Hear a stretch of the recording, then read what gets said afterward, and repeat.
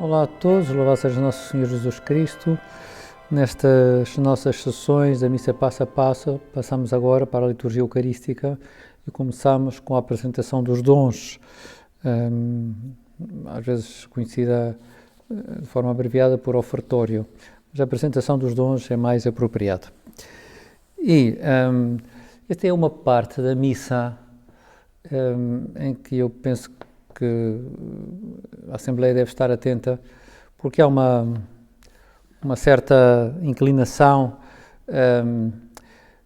a ter a ideia de que é uma espécie de pausa na missa, não é? Ouvimos as leituras, a homilia, que a pessoa está assim mais, procura estar um bocadinho mais atenta, estamos de pé no credo e na oração dos fiéis, e depois as pessoas sentam-se. Às vezes há uma música, um cântico apropriado, e também quando as pessoas se preparam para dar os seus dons, as moedas, as notas, ou o que for, não é? E há uma sensação, ou pode haver uma sensação de intermezzo, não é? Vamos fazer um intervalo antes de passarmos a outra coisa depois mais consistente. E seria uma pena, porque a apresentação dos dons é uma parte importante da liturgia eucarística e é uma parte em que até externamente reclama a participação de toda a Assembleia, não é? Toda a missa o faz, não é? Mas há momentos ou há gestos em que se pretende recordar que estamos todos envolvidos nesta apresentação dos dons. É uma parte muito antiga, no Catecismo da Igreja Católica, no número 1345, transcreve um testemunho de São Justino, do século II, onde se explica como é que se celebrava a missa e diz assim, a propósito da parte da missa que nos toca: depois apresenta-se àquele que preside aos irmãos pão e uma taça de água e vinho misturados. Ele toma-os e faz subir louvor e glória ao Pai do Universo, pelo nome do Filho e do Espírito Santo, e dá graças longamente por termos sido julgados dignos destes dons. São palavras de São Justino. Depois, com o tempo, junto ao pão e o vinho, iam-se oferecendo outros dons, o azeite, lã, fruta, flores, para ajudar o sacerdote e ajudar os pobres. No fundo, tudo expressa o dom de si a Deus, pois esses dons envolviam, todos eles, um certo sacrifício pessoal. Vamos começar por falar do que se utiliza nesta apresentação dos dons e depois nas orações ou gestos que contemplamos na Santa Missa. Começamos pelo pão e o vinho, não é? O pão e o vinho têm uma longa tradição bíblica, eram usados por Israel em ritos sacrificiais, e vale a pena, pelo menos, ter uma ideia breve da importância que tinha o pão e o vinho nas refeições judaicas e também da sua ligação a ritos sacrificiais, não é? O pão não era visto como um acessório da refeição, como é visto hoje. Habitualmente, a não ser que a pessoa esteja a fazer um dia de jejum, não reduz a sua refeição ao pão. Nos tempos de Nosso Senhor e antes, era considerada a comida mais básica e era considerado algo essencial para manter a vida. A expressão comer pão, pelo visto, podia ser traduzida pelo nosso comer, né? Simplesmente diz a Sagrada Escritura, a Siracide, capítulo 99, versículo 21, o livro de Ben Sirá: o essencial da vida do homem é a água, o pão, o vestuário e uma casa para ocultar a própria nudez. Às vezes a Bíblia apresenta o pão como um bastão de pão, o que indica que era visto como um suporte da vida. E, no entanto, os israelitas eram chamados a entregar o pão como parte do seu sacrifício. Por exemplo, na festa de Pentecostes, leia-se Levítico, capítulo 23, versículos 15 a 20. Diz assim, eu não vou ler tudo, vou ler só uma parte: Depois contareis 7 semanas completas a partir do dia seguinte ao do sábado, isto é, do dia em que tiverdes feito o rito da apresentação do molho de espigas. Contareis até ao dia seguinte da 7ª semana, isto é, 50 dias, e oferecereis ao Senhor uma nova oblação. Trareis de onde quer que habiteis 2 pães, feitos dos 10º de efã de flor de farinha, cozidos com fermento para o rito da apresentação. Serão as primícias para o Senhor. Depois já prossegue e faz outras referências ao pão. Em resumo, repartir o pão era um sacrifício pessoal e expressava, de algum modo, o dom de si próprio a Deus. Há uma reflexão muito interessante do Papa Bento XVI, já ligado ao Novo Testamento, o uso do pão para a missa, que diz no seu livro Jesus de Nazaré, o primeiro volume publicado, a propósito, penso que era do grão de trigo, né? Que deve morrer para dar fruto, né? E dizia que o pão traz em si um produto que é feito de grãos de trigo que morreram, né? E que de alguma forma depois com o fruto permita que seja ser elaborado.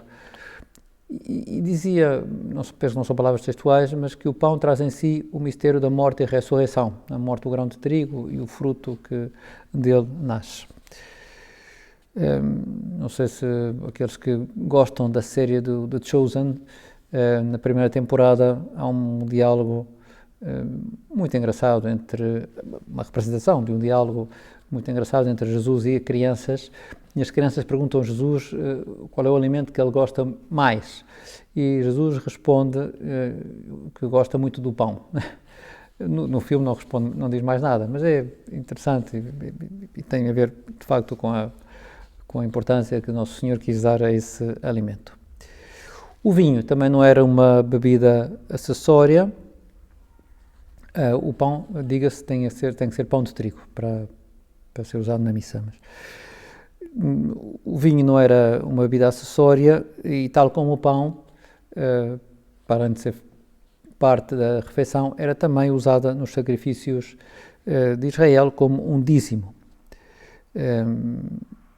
Por exemplo, no livro de Neemias, diz-se o seguinte: do mesmo modo, comprometemo-nos a trazer aos sacerdotes, nas dependências do templo do nosso Deus, as primícias dos nossos alimentos, das nossas ofertas e dos frutos de todas as árvores do vinho, dos frutos de todas as árvores, do vinho e do azeite, e a entregar o dízimo da nossa terra aos levitas, encarregados de receberem o dízimo dos nossos trabalhos em todas as cidades.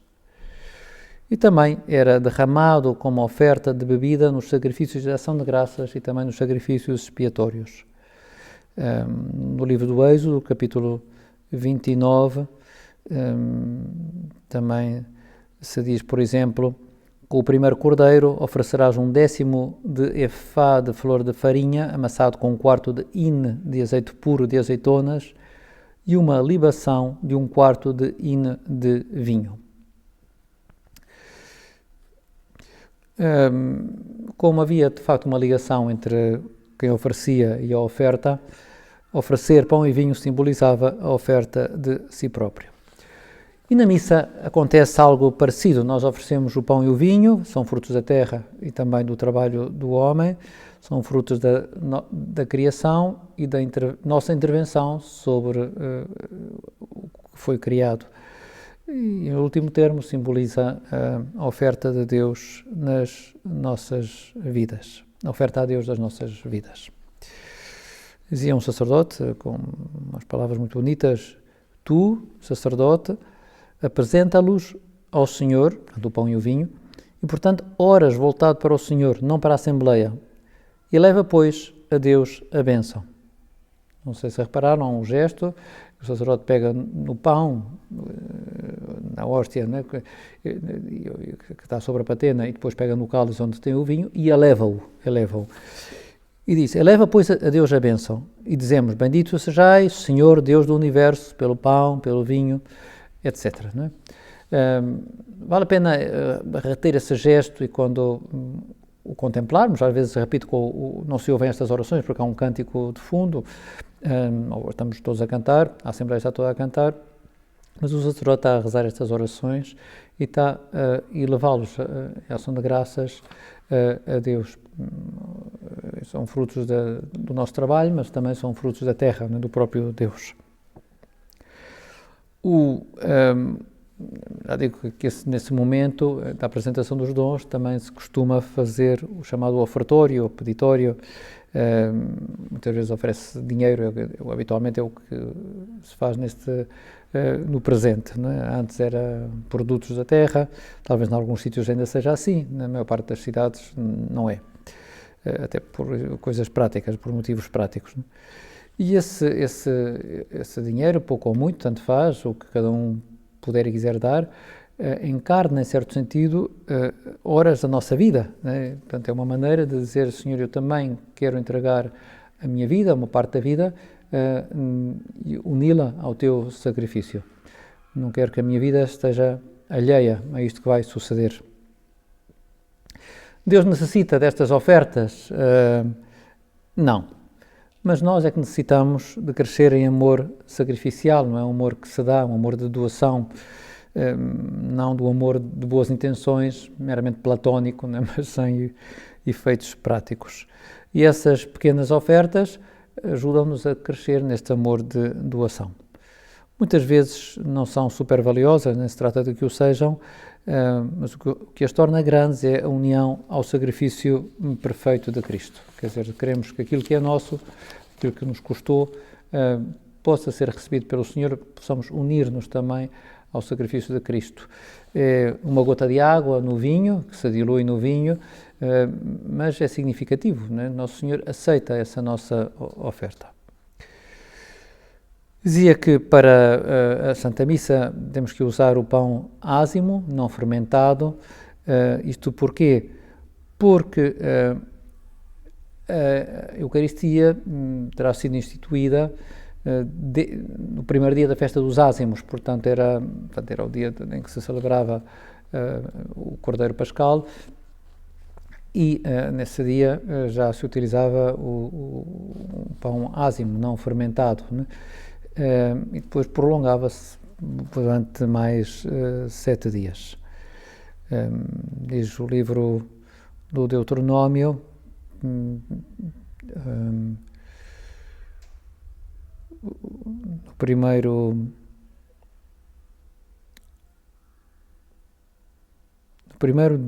primeiro mês, no dia 14 à tarde, comereis pães sem fermento até ao dia 21 do mês à tarde. Os orientais têm outro entendimento sobre o pão a usar. Pensam que na última ceia, Nosso Senhor não terá usado pão ázimo. É uma pequena divergência que temos com eles. E também há um problema prático, que é as pessoas que têm doença celíaca, que não podem ingerir glúten, né? Como há gradações da doença, às vezes há hóstias com pouquíssimo glúten, que se pode pedir ao sacerdote que a consagre, e essas pessoas podem recebê-la sem problemas. Se for uma intolerância total ao glúten, essas pessoas terão que comungar com o vinho, o vinho consagrado. A forma redonda das hóstias que estamos habituados a usar é assim desde o século III. Houve um autor que dizia que tinha forma de moeda para recordar que Jesus foi vendido por 30 moedas. Parece-me um bocadinho rebuscado a explicação, mas enfim, era preciso investigar historicamente qual foi o motivo pelo qual se adotou esta forma redonda. Eu não sei, sinceramente, não é? Depois, o vinho tem que se deitar no cálice, né, que costuma ser dourado, pelo menos de matéria não oxidável, né, precisamente para que não se perca nada, nem se misture com imperfeições do material, nem se, de alguma forma, se perda por causa da corrosão do objeto. Por isso costuma ser um metal nobre, ouro ou prata, ou pelo menos que seja dourado, né? Podíamos dizer que há uma espécie de vestimenta do cálice, em alguns casos, o chamado véu do cálice, que é um paninho que se cobre, depois temos ocasiões de ver, penso, que se cobre o cálice, né? Porquê é que se faz isso? Poderá haver muitas razões, mas esta ideia de que vamos participar de um mistério faz com que estas maneiras de tapar os objetos mais sagrados possam cultivar a ideia de que isto não é algo vulgar, é algo que eu vou ter acesso neste momento, mas é algo sagrado. Bem, não é essencial, mas pode contribuir a ter essa consciência de algo sagrado.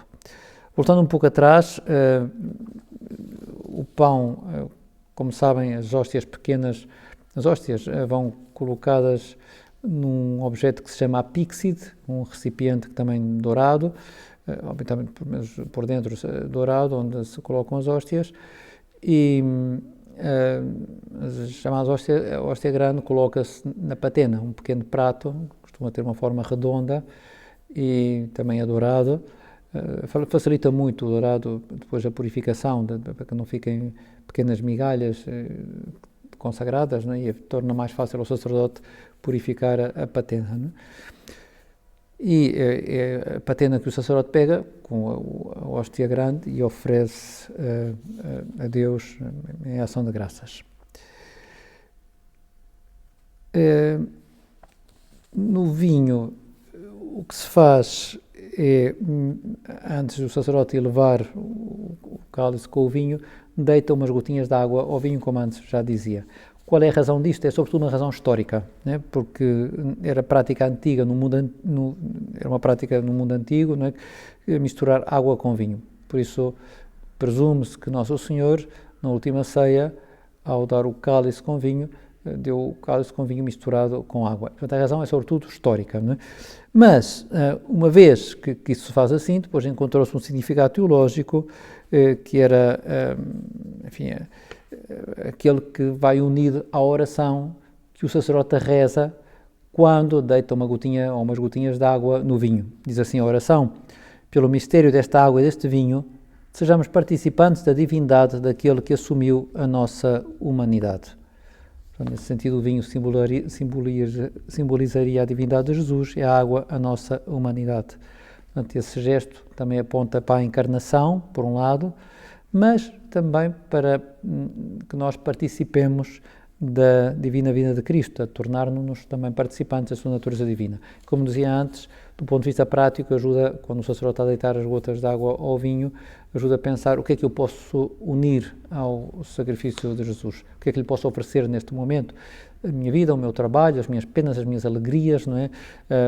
Os trabalhos que eu fiz ou que vou fazer. É bom estar ativos neste momento. Se nos distraímos, depois perdemos uma ocasião para darmos o sentido a todo este momento.